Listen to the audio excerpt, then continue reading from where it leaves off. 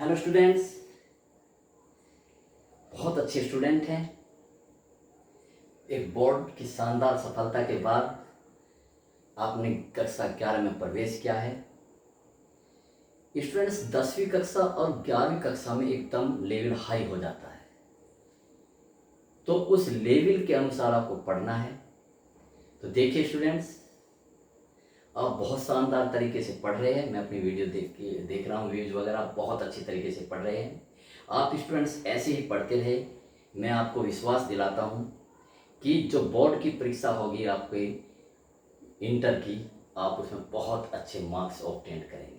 क्यों?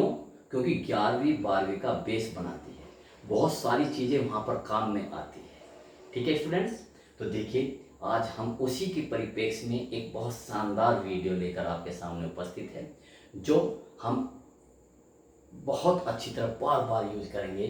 उस गणित का नाम है समाकलन, इंटीग्रल। ठीक है स्टूडेंट, समाकलन। देखिए, समाकलन विधि से गति की समीकरण की स्थापना की थी। इससे पहले वाली वीडियो में स्टूडेंट्स मैंने ग्राफीय विधि से समीकरणों की स्थापना की थी। देखिए स्टूडेंट्स, इन सब चीज़ों को जब बिल्कुल आप नई नई बातें सीख रहे हैं कि ये भी होता है, तो इसका मतलब स्टूडेंट्स ये है कि आपके अंदर एक नए हथियार के रूप में एक पावर आ रही है यहाँ पर। उसकी खुशी को महसूस कीजिए, और आज की वीडियो उसी पावर का एक रूप है। ठीक है स्टूडेंट्स, जब आपके अंदर यहाँ पर पावर होगी, बहुत सारे आपके अंदर यहाँ पर पूरी शक्तिशाली हथियार होंगे लड़ने के लिए, तभी तो स्टूडेंट्स आप अपने जीवन में आने वाली समस्याओं से लड़ पाएंगे और उन पर विजय पाओगे। तो स्टूडेंट्स, मेरी बेस्ट विशेष आपके साथ है, हमेशा विजय भाव। ओके स्टूडेंट्स, तो पढ़ते देखिए, बहुत शानदार तरीके से हम स्टूडेंट्स इसे करते हैं। तो देखिए क्वेश्चन आंसर लिखिए। समीकरण की कितनी गति कितनी समीकरण होती है स्टूडेंट? 3। तो लिखते हैं आंसर। तो लिखिए उत्तर, पहले तो उत्तर लिखिए स्टूडेंट्स इसका। ये देखिए, गति की 3 समीकरणें होती है। गति की 3 समीकरणें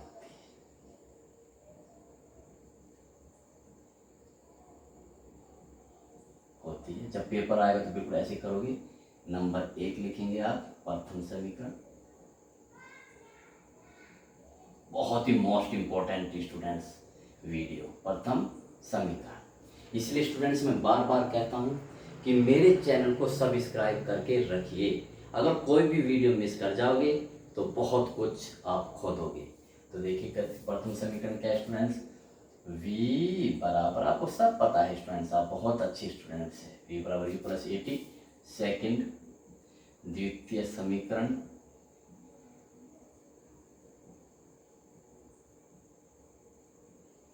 v बराबर u प्लस 80 है। द्वितीय समीकरण आपको पता है, इस बराबर ut प्लस हाफ 80 स्क्वायर। और तीसरी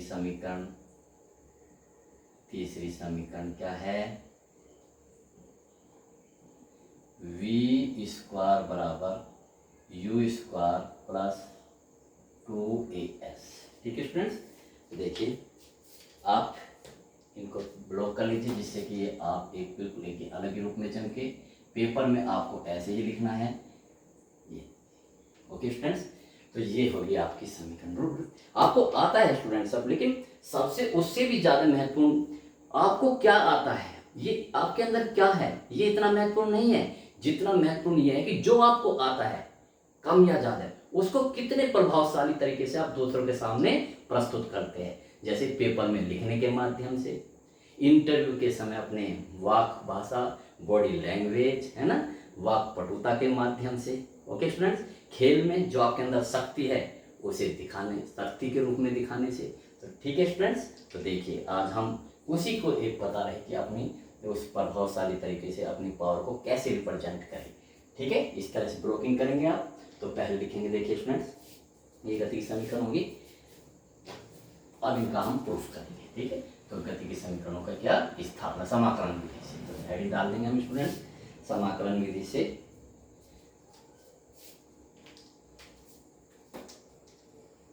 समाकलन विधि से गति के समीकरणों की स्थापना। गति की समीकरण की स्थापना।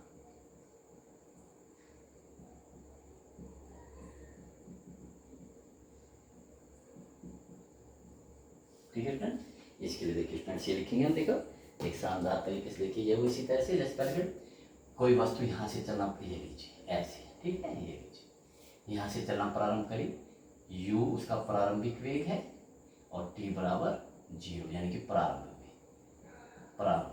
ठीक है। उसी तरह से फ्रेंड t सेकंड बाद उसका वेग कितना हो जाता है, v हो जाता है, और ये दूरी कितनी चलती है फ्रेंड्स, s, और यहाँ से यहाँ तक का समय। अब स्टूडेंट देखिए, ठीक है, ये ग्राफीय विधि में हमने ग्राफ बनाया था। समाकलन विधि क्या होती है स्टूडेंट, बहुत ध्यान समझ लीजिए। समाकलन विधि में हम क्या करते हैं, इस पूरी गति को एक साथ इसकी गणना नहीं करेंगे, हम इसके छोटे से पार्ट्स के लिए करेंगे, इतने से पार्ट्स के लिए, ठीक है। और उस पार्ट्स के लिए हम समाकलन विधि का उपयोग लगा के फिर पूरी उसका कर देंगे, ठीक है। हम ये मेथड अपनाएंगे, ओके स्टूडेंट। तो देखिए ये जो स्टूडेंट छोटी सी डिस्टेंस है, ये है ds। ds मतलब बहुत सूक्ष्म, d का मतलब देखो जैसे डेल्टा s बनाते हैं ना, तो ऐसे आप इससे भी छोटी स्टूडेंट ds, और यहाँ से यहाँ तक कितना समय लिया उसने, dt, ठीक है। यहाँ से ds और ये dt, बस इतना लिखना है, ओके स्टूडेंट्स। देखते हैं कितना आसान, देखो मुझे आप फॉलो करेंगे, बिल्कुल जस्ट फॉलो मी। तो देखिए लिखते हैं, ये पहले इसका वर्णन करते हैं। माना एक गतिमान वस्तु का प्रारंभिक वेग u है, ठीक है, u है, तथा t समय पश्चात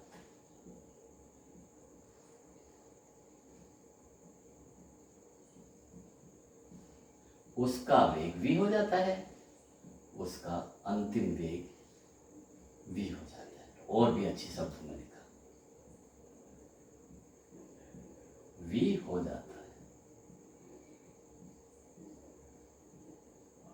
ठीक हो गया, ये हो गया। तथा वस्तु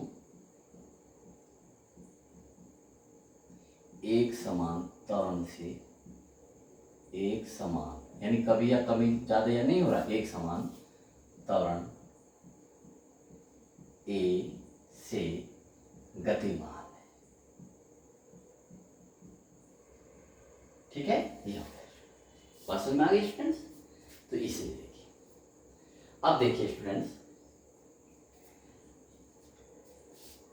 अब हम गति की प्रथम समीकरण लिखते हैं, ठीक है ना। तो लिखिए गति की प्रथम समीकरण, हेडिंग डाल लीजिए, गति की प्रथम समीकरण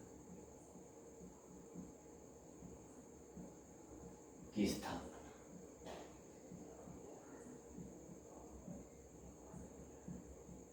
ठीक,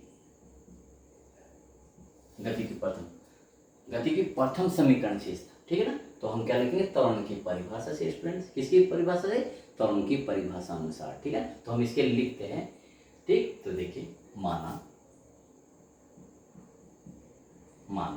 ठीक है, वस्तु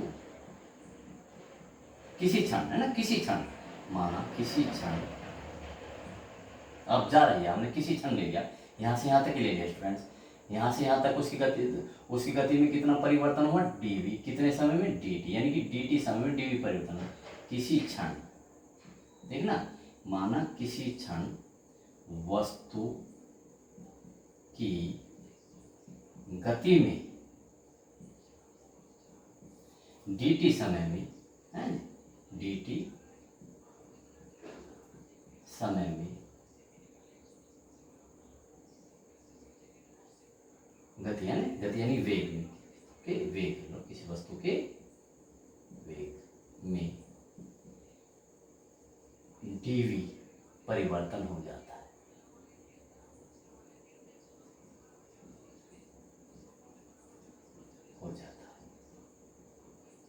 ठीक है ना भाई। देखिए गति, जब आप यानी कि गति में त्वरित है, आपको क्या है, आप बाइक चला रहे हो, आपकी गति क्या है, त्वरित है, यानी कि प्रत्येक क्षण आपका वेग बढ़ रहा है, अभी था 5 मीटर प्रति सेकंड, फिर 10 मीटर प्रति सेकंड, फिर 8, फिर 18 मीटर प्रति सेकंड, ऐसे बढ़ रहा है। तो हमने किसी क्षण ले लिया कि किसी क्षण कितने dt समय में, यानी कि 1 सेकंड में उसके वेग में कितना परिवर्तन हो गया। तो यानी कि हम उसको ले dt समय में कितना परिवर्तन हो गया, dv परिवर्तन हो गया, क्योंकि भाई समय बढ़ता जा रहा है तो उसके वेग भी बढ़ता जा रहा है, अर्थात समय के साथ साथ उसके वेग में परिवर्तन हो रहा है, यानी कि त्वरित है। अतः देखना स्टूडेंट बहुत से, अतः वस्तु में त्वरण, ठीक, वस्तु में त्वरण क्या ए बराबर है, तो मैं लिखता हूँ त्वरण बराबर वेग में परिवर्तन, वेग परिवर्तन बटे समय। कहीं भी एक शब्द का भी स्टूडेंट्स कंफ्यूजन ना हो, त्वरण को हम लिखते हैं ए से, क्योंकि त्वरण एक समान से ना ही घट रहा ना बढ़ रहा। वेग परिवर्तन कितना dv, ये इसी के साथ है स्टूडेंट्स, ये ऐसे dv, ये d अभी अलग नहीं है, dv यानी डेल्टा v जैसे समय dt, समझ गए ना, dt का मतलब समय अंतराल, बहुत सूक्ष्म समय अंतराल, सेकंड का भी मतलब सेकंड से बहुत हिस्से समय अंतराल में, ठीक है ना। तो ये ठीक है, बस दैट्स ऑल स्टूडेंट। तो आप देखिए इसकी ऐसे कर दीजिए, हमें है ना dv को एक तरफ ले लीजिए स्टूडेंट्स, dv बराबर a dt, ठीक। अब इसका समाकलन कर दीजिए, समाकलन करने का है ना, आप कह दीजिए समाकलन करने, समाकलन करने का, ठीक है, यहाँ करना स्टूडेंट। समाकलन करने का मतलब ये वाली गति तो केवल इतनी सी गति के लिए कंसीडर है, हमें तो यहाँ से यहाँ तक कर रहे हैं, तो क्या करना, लेकिन मुझे तो यहाँ से इस पूरी गति का वर्णन यहाँ से यहाँ तक करना है, तो इसके लिए हम क्या कर देंगे, इसका समाकलन कर देंगे, ठीक है। समाकलन का चिन्ह कैसे होता है, ऐसे देखिए स्टूडेंट्स, ऐसे, ये जो केंचुए जैसा चिन्ह है, dv बराबर a dt, ठीक हो गया समाकलन, ये समाकलन का चिन्ह है स्टूडेंट्स। अब देखिए कहाँ से कहाँ तक गति का वर्णन करना है, ये क्या है dv, इसे एक साथ लिखो स्टूडेंट, जैसे ये dv, ठीक है। तो देखिए स्टूडेंट्स, अब हम कि कहाँ से कहाँ तक इससे पता नहीं चल रहा, तो हम इसकी लिमिट लगाते हैं, बहुत ध्यान से देखना स्टूडेंट, आपके लिए बिल्कुल नया हुआ है ये लिमिट। लिमिट का मतलब क्या है, ये किसकी वेग, ये वेग है ना, वेग में परिवर्तन, वेग में परिवर्तन कैसे हो रहा है, पहले वेग कितना था u, अंत में वेग कितना हो गया v। चलो स्टूडेंट देखो, बहुत भी मैं शानदार तरीके से आपको सामने से प्रस्तुत करता हूँ, ये लीजिए। तो शुरू में वेग कितना था u, बाद में कितना हो गया v, ये लोअर लिमिट कहलाती है, ये अपर लिमिट कहलाती है। इसका मतलब स्टूडेंट्स ये है कि जो हम वस्तु की गति ले रहे हैं उसका वेग u से v हो रहा है, प्रारंभिक वेग u है और u से v, तो पूरी गति आ गई ना स्टूडेंट्स। यहाँ क्या, ये क्या है, समय अंतराल dt, जिस भौतिक राशि में परिवर्तन होता है यानी d लगा रहता है उसी की लिमिट रखते हैं, यहाँ में टाइम की लिमिट रखती है।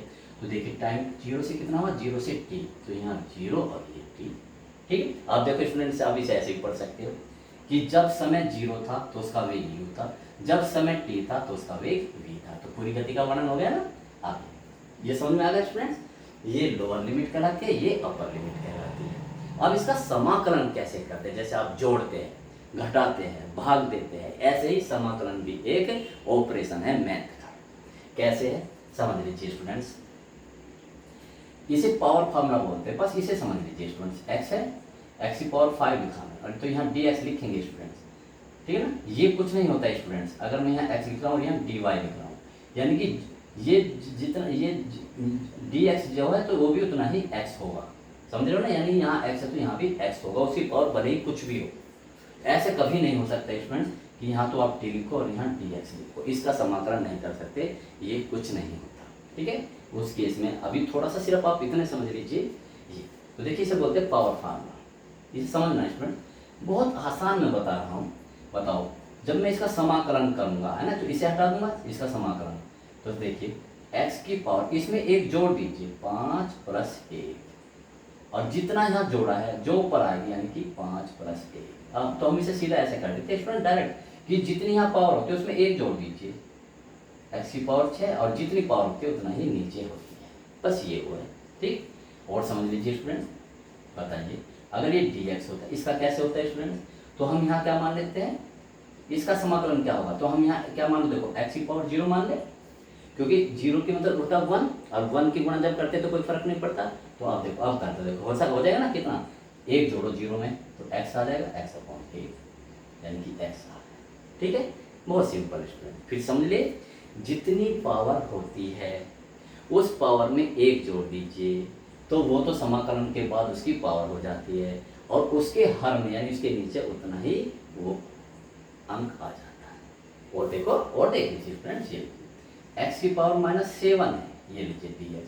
तो कैसे करेंगे, x की पावर -7 + 1 है, चलो यहाँ किलो 8 कर लो, ये लीजिए। तो -8 में से करेंगे -7 तो -7 ही आएगा। जिसे हम करें यदि x की पावर -7 तो ऐसे। तो छोटे से स्टूडेंट्स बहुत आसान है। जब हम समाकलन करते हैं तो उसकी पावर जितनी होती है उसकी पावर 1 बढ़ जाती है, ठीक है, और जितनी पावर होती है वही उसका हर बन जाता है। दैट्स ऑल, बस यही समाकलन। तो स्टूडेंट्स करते हैं, देखिए, ठीक है। अभी अपने केस में आ जाएंगे, तो कीजिए, देखिए करो स्टूडेंट्स इसका। तो dv का जैसे यहाँ dx का क्या होगा था x, ऐसे ही dv का क्या हो जाएगा v। ठीक, मैं इसे ऐसे लिख रहा हूँ स्टूडेंट्स जिससे कि आपको समझ में आए। dv का क्या हो जाएगा v। तो ये तो हट जाएगा, समाकलन करते हैं, जब समाकलन करते हैं चिन्ह हट जाता है ना। तो देखो स्टूडेंट्स, 3 + 4 करेंगे तो कितना 7 आएगा ना, आपको ये प्लस का चिन्ह थोड़ी रह गया। तो ऐसे तो v। अब ये लिमिट कहाँ जाएगी स्टूडेंट्स, लिमिट यहाँ पर आएगी ऐसे, u नीचे वाले नीचे और ऊपर वाले ऊपर, ये बराबर का चिन्ह। ऐसी एक कांस्टेंट है स्टूडेंट्स, क्योंकि एक समान गति से तो हमने उसमें समय के साथ परिवर्तन नहीं हो रहा, तो a को हम ले लेंगे बाहर, और फिर dt है स्टूडेंट्स, dt का फिर क्या हो जाएगा t, फिर क्या हो जाएगा स्टूडेंट्स t हो जाएगा। तो ये वाला a यहाँ पर ले लिया मैंने a, और इसका क्या होगा स्टूडेंट्स t, और लिमिट क्या हो जाएगी स्टूडेंट्स 0 थी यहाँ, और ये t। मुझे अपनाएंगे स्टूडेंट्स, मेरा मेथड यूनिक होता है और बहुत ही आसान और बहुत ही इफेक्टिव प्रभाव से। अब रन लिमिट रखना सीधे, देखो स्टूडेंट्स रखे। अब देखो, अब ये है v, तो यानी कि इसका मतलब ये है कि ये जो v है इसकी जगह ये लिमिट रखनी, तो यहाँ भी v, यहाँ भी इस v की जगह ये रखो। यहाँ क्या है v, तो v रखिए, ये रखिए, ये आ गया, ये वाला v यहाँ आ गया, माइनस अपनी ओर से लगाओगे। अब की बार इस v की जगह ये रखो, यहाँ कितना है u। फिर समझो और समझो, इसे लिमिट रखना, यहाँ समझो।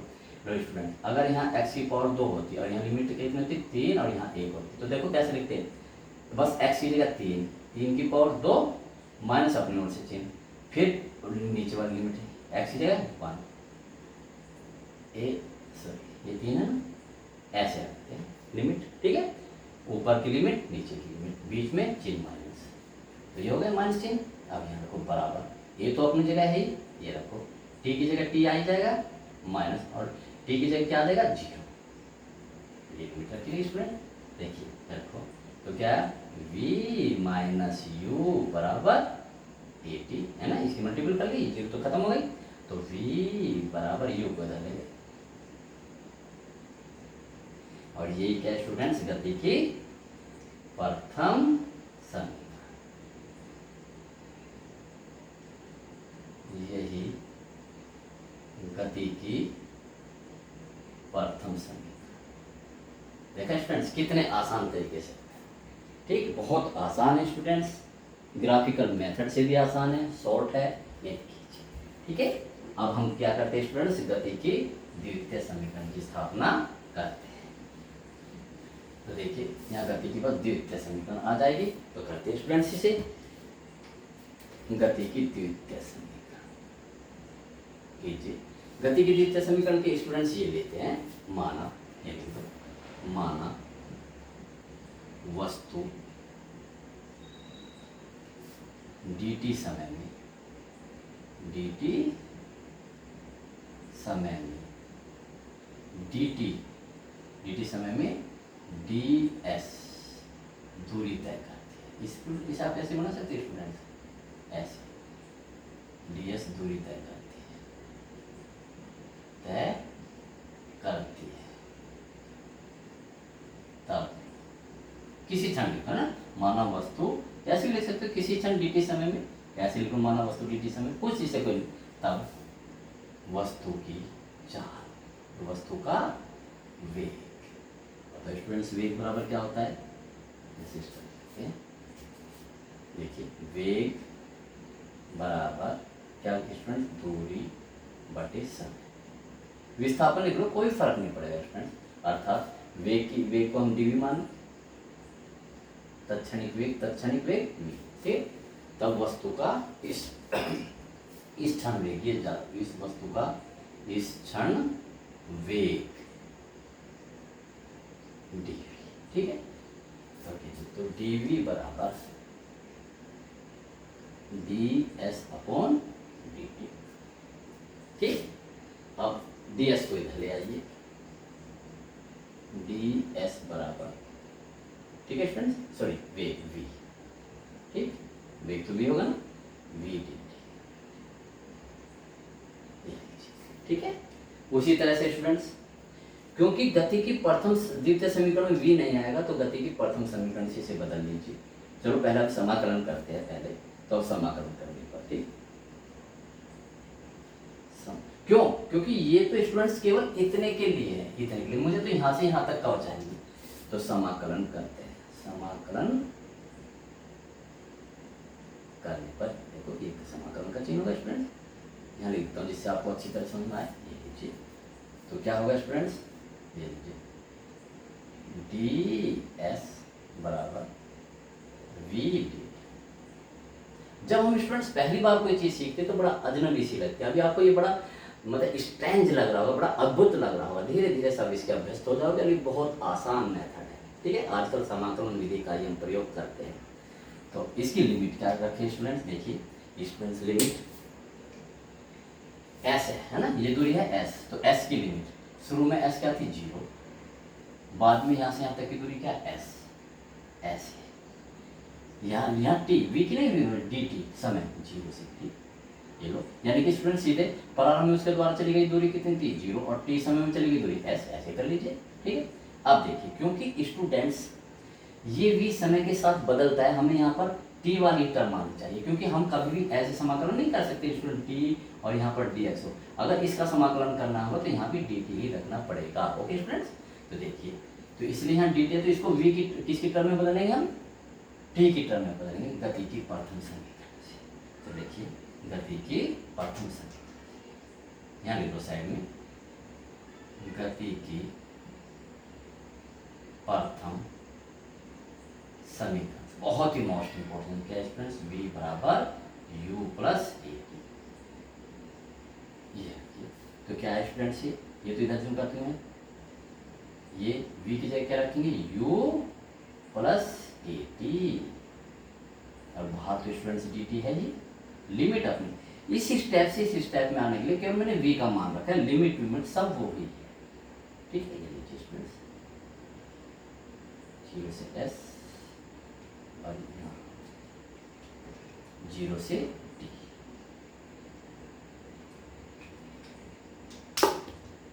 कितना होगा ये ds। अब इसका समाकलन करो, करके कैसे, ds का तो s हो जाएगा, देखो स्टूडेंट्स s, और ये लिमिट यहाँ पर आएगी 0 से s। ये देखिए इसे कैसे करेंगे, इधर का स्टूडेंट इसे कि हम गुणा कर लेते हैं स्टूडेंट्स, करो अभी से हम कर मिले 0 से t, इसके अंदर मल्टीपल कर लो, कितना u डी टी प्लस, देखो स्टूडेंट ऐसे 0 से t, लिमिट a t और डी टी, मतलब ऐसे देखो, इस स्टेप को समझे स्टूडेंट्स, हमने इसकी अंदर गुणा कर लिया ना, इस देखो किसकी गुणा, इसकी और इसकी और इसकी इस पद में भी है, और इसकी और इसकी इसमें भी है, तो सबके साथ ही लगेगा। अब कर दीजिए समाकलन, देखो कितना आसान हो जाएगा।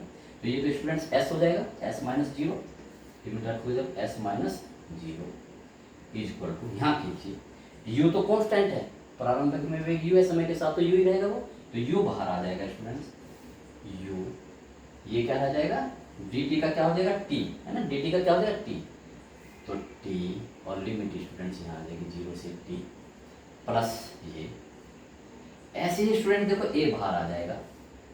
अब देखना स्टूडेंट्स, यहाँ a कांस्टेंट है, बाहर आ जाता है।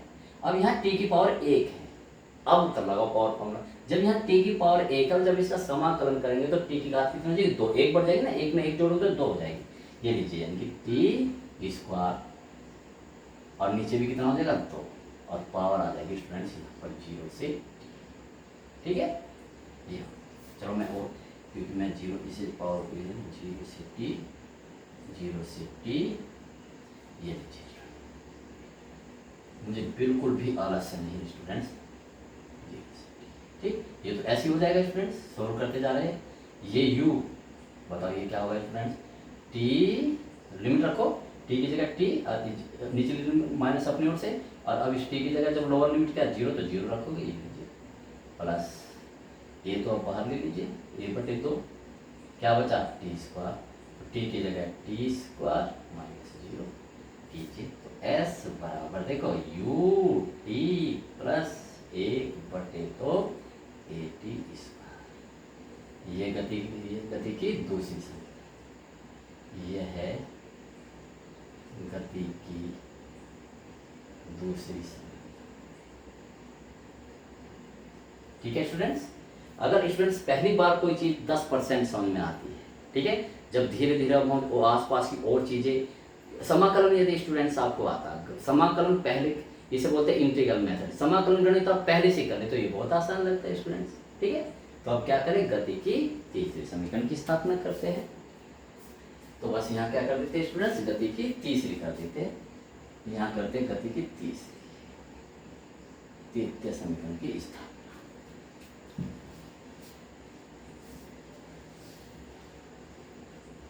स्टूडेंट देखिए,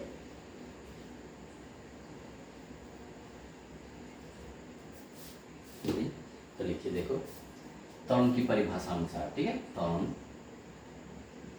की परिभाषा, ये त्वरण की परिभाषा है।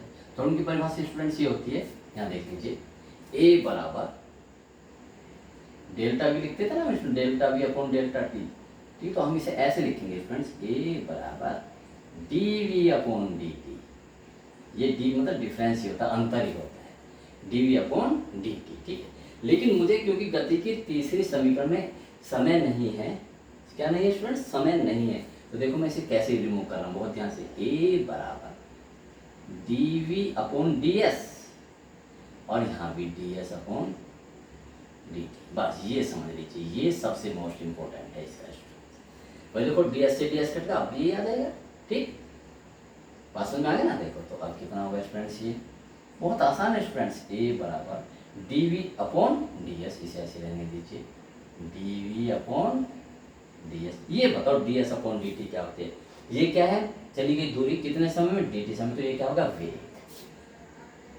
ये लीजिए, चूंकि v बराबर वेग v बराबर ds अपॉन dt, दूरी बटे समय, ठीक, इस ds अपॉन dt की जगह रख दिया, देखो t खत्म हो गया ना।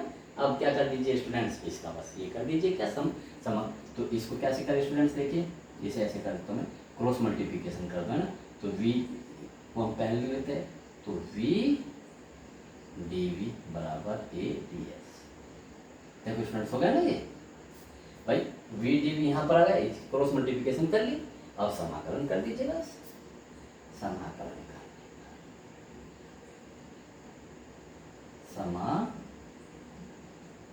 करने पर कीजिए समाकलन का स्टूडेंट्स चीनिए, v dv बराबर a ds,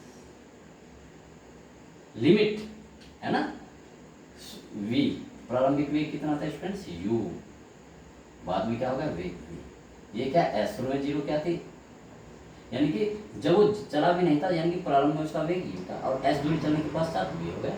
आप कीजिए स्टूडेंट्स, करो कीजिए, तो v का तो करो स्टूडेंट्स, यहाँ कितनी पावर है 1, और जब इसका समाकलन करेंगे तो कितना आएगा स्टूडेंट्स, v स्क्वायर बटे 2, जितनी पावर 2 है ना, तो भाई यहाँ v की घात 1 है, मैंने अभी पावर फार्मूला बताया था कि जब हम समाकलन करते हैं तो यहाँ एक पावर बढ़ जाती है, और जितनी पावर यहाँ थी उतनी पावर यहाँ नीचे आती है, तो ये आएगा स्टूडेंट्स u और ये होगा v बराबर, ये आपके सर ये dv कहाँ चला गया, ये ये पूरा समाकलन का ही चिन्ह होता है। ये लीजिए dx कह लो तो ये पूरा समाकलन का चिन्ह होता है। इस खाली कैंची का कोई मतलब नहीं है, ठीक है ना। और अगर आपने यहाँ dx लगा दिया तो इसका मतलब x के सापेक्ष समाकलन, ये पूरा ही चिन्ह है, ठीक। तो ये पूरा ही ऑपरेशन हो गया, तो ये अब खत्म हो गया। ये अब देखो a ds, a कांस्टेंट है, इसे बाहर ले लेते हैं। ds का क्या होगा, s हो जाएगा, और ये लिमिट 0 से ऐसे हो जाएगी। बहुत आसान। करो सर, v की जगह v रखोगे तो v स्क्वायर बटे तो माइनस, आपकी v की जगह u रखोगे क्योंकि नीचे क्या है u माइनस अपने में लगाओगे, u स्क्वायर बटे। ये स्टेप समझो अच्छी तरह से एकदम। जब हम लिमिट रखते हैं तो पहले ऊपर वाली लिमिट रखते हैं, तो v की जगह v रखेंगे, ऊपर जो भी है यहाँ पर 1 2 3 4 कहीं कुछ भी होता तो v की जगह v रखते हैं, जितनी पावर उतनी पावर, जो का त्यों, बटे दो है तो बटे दो, फिर माइनस अपनी ओर से लगाते हैं, फिर नीचे की लिमिट रखते हैं, तो v की जगह u रख देंगे बराबर, ये a है ये, तो देखो फिर यहीं s की जगह s रखेंगे माइनस अपने, फिर s की जगह 0 रखोगे।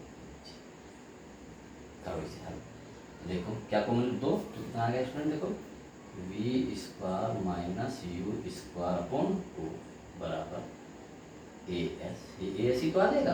और ये students v square minus u square बराबर 2as, और तो यानी कि v स्क्वायर बराबर u स्क्वायर प्लस 2as। बताओ क्या है स्टूडेंट्स, यही गति की तीसरी सीढ़ी।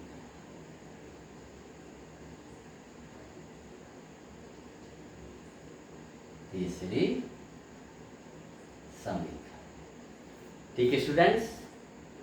तो देखिए समाकलन कमाल का मेथड, ठीक है स्टूडेंट्स। तो इसलिए इसको आजकल यूज करते हैं, मॉडर्न मेथड है, पुराने तरीकों को अब नहीं करते, अब हम इसी तरीके को अपनाते हैं। तो इसलिए बहुत मोस्ट इम्पोर्टेंट ये जो मैंने आज की वीडियो स्टूडेंट्स बताई है, आपको जब तक भी आप पढ़ेंगे, MSc कर लो, BSc कर लो, कुछ भी पढ़ेंगे, साइंस पढ़ेंगे, मैथ पढ़ेंगे, ये जो मैंने लिमिट बताई, समाकलन बताया, हमेशा यूज होगा पल भर पल, हर स्टेप पे कहीं भी आपको समाकलन करना पड़ सकता है।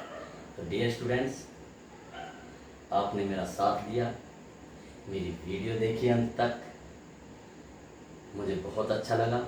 आप ऐसे ही पढ़ते रहिए और मेरे साथ चलते रहिए और अपनी फिजिक्स को बहुत स्ट्रॉन्ग बना लीजिए, ठीक है स्टूडेंट्स। साइंस के स्टूडेंट हैं तो साइंस की तरह ही पढ़ना होगा।